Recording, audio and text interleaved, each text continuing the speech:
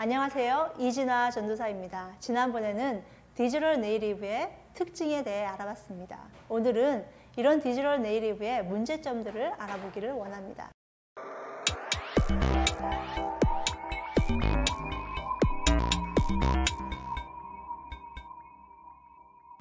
이 세상의 문화는 우리 자녀들의 죄의 본성을 자극하여 점점 더 우리 자녀들을 하나님의 자녀답게 키우기에 너무 힘든 세상이 되어가고 있습니다.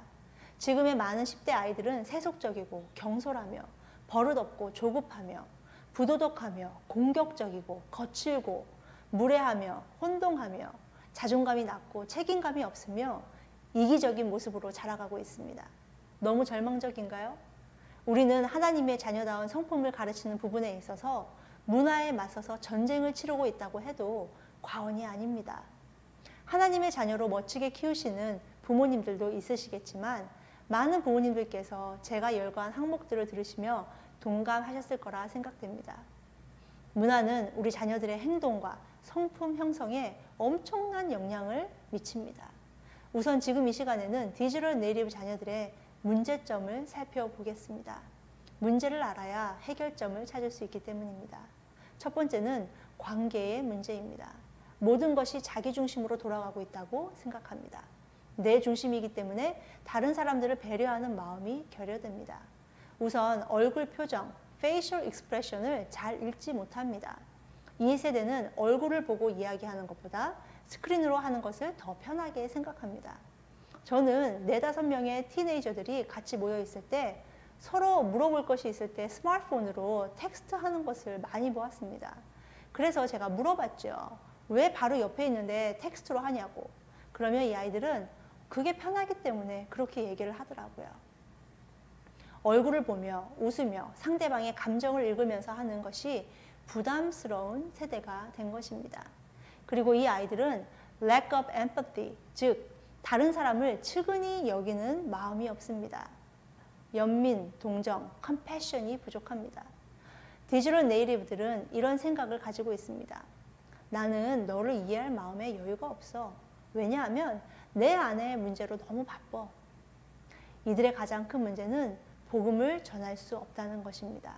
왜냐하면 기본적으로 다른 영혼을 귀히 여기는 마음, 즉 컴패션이 없기 때문입니다. 그리고 이런 아이들은 다른 이들의 감정을 너무 쉽게 다치게 하며 그것에 대한 죄책감도 없습니다. 이게 계속되면 혼자 되는 것입니다.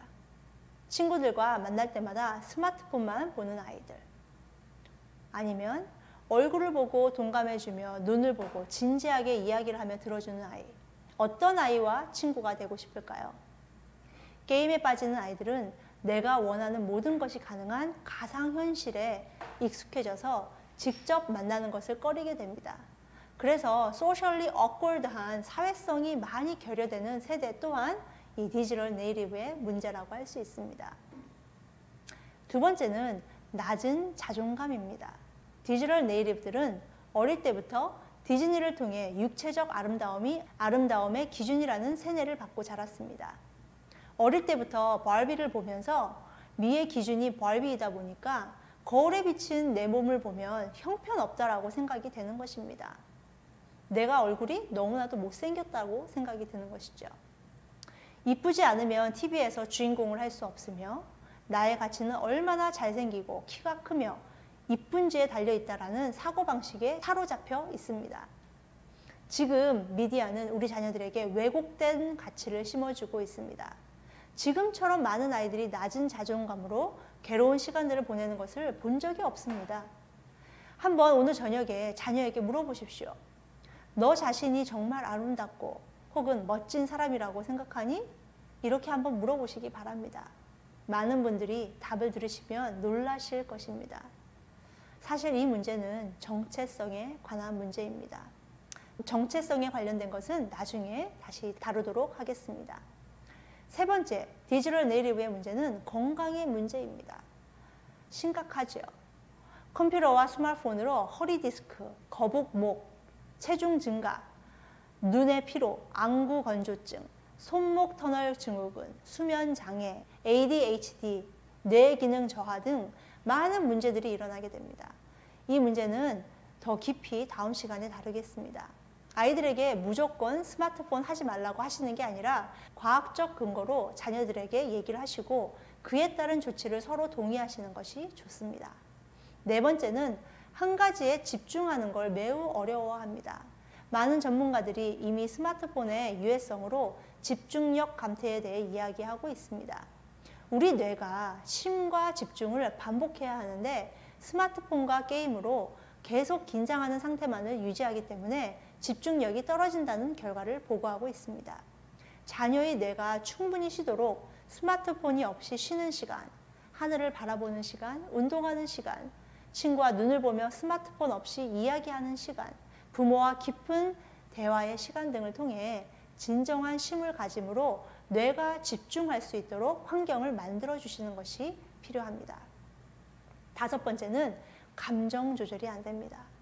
스트레스와 화를 다스리지 못한다는 것이죠. 하나님께서는 인간에게 자유의지를 주셨습니다. 자유의지로 죄를 지을 수 있고 혹은 죄를 짓지 않을 수 있습니다. 그리고 나쁜 짓을 하고 싶은 마음이 들었을 때 자유의지를 꺼내서 엑서사이즈를 해야 됩니다. 이것을 자기 통제, 셀프 컨트롤이라고 하며 자녀들은 자기 통제, 셀프 컨트롤을 연습해야 합니다. 그리고 이것은 그냥 내 마음에서 자연적으로 나오는 게 아니라 성령님의 열매입니다. 성령님이 마음에 계시면 내 죄성을 누르고 좋은 열매인 자기 통제, 셀프 컨트롤로 옳은 일을 택하도록 돕는 것입니다.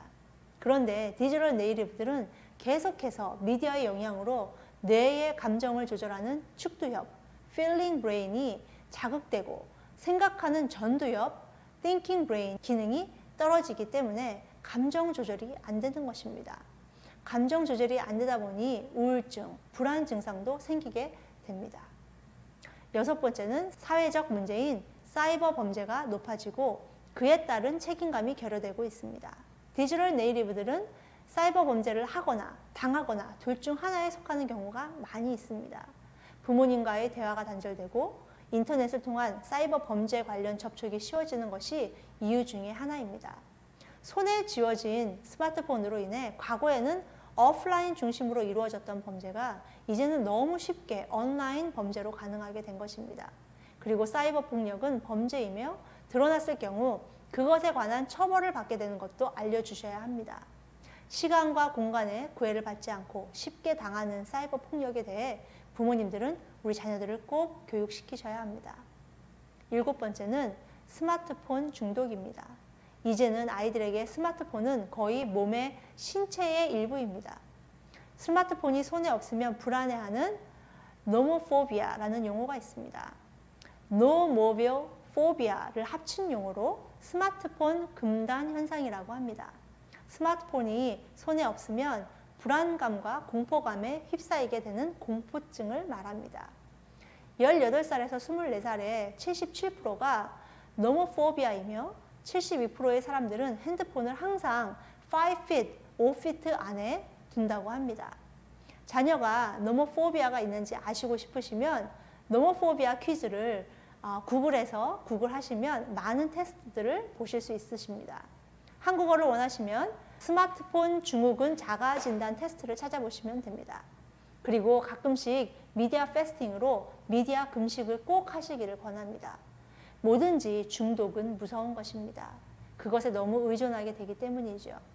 커피, 드라마, 마약, 핸드폰 등등 이런 모든 중독에서 충분히 우리는 나올 수 있습니다.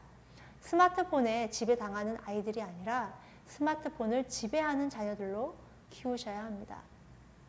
지금의 현실은 부모님을 통한 교육이 아닌 SNS를 통해 우리 자녀들은 24시간 일주일 내내 세속적인 가치관으로 세뇌당하고 있습니다. 이런 아이들이 주일에 한 번 3, 4시간 교회 간다고 얼마나 바뀌어질까요? 무엇이든 투자한 만큼 거둬들이게 됩니다. 아이의 영성을 위해 시간과 에너지를 투자하셨으면 그만큼의 열매를 보실 것이며 부모 대신 대중문화에게 아이를 맡기셨으면 그에 합당한 열매를 보시게 될 것입니다. 결과적으로 부모님이 손을 놔버리면 우리 다음 세대인 아이들은 희망이 없습니다. 우리 자녀들을 올바른 길로 인도하도록 보내심을 받은 분은 바로 부모님이심을 다시 한번 생각하시는 시간이 되시기를 소망합니다.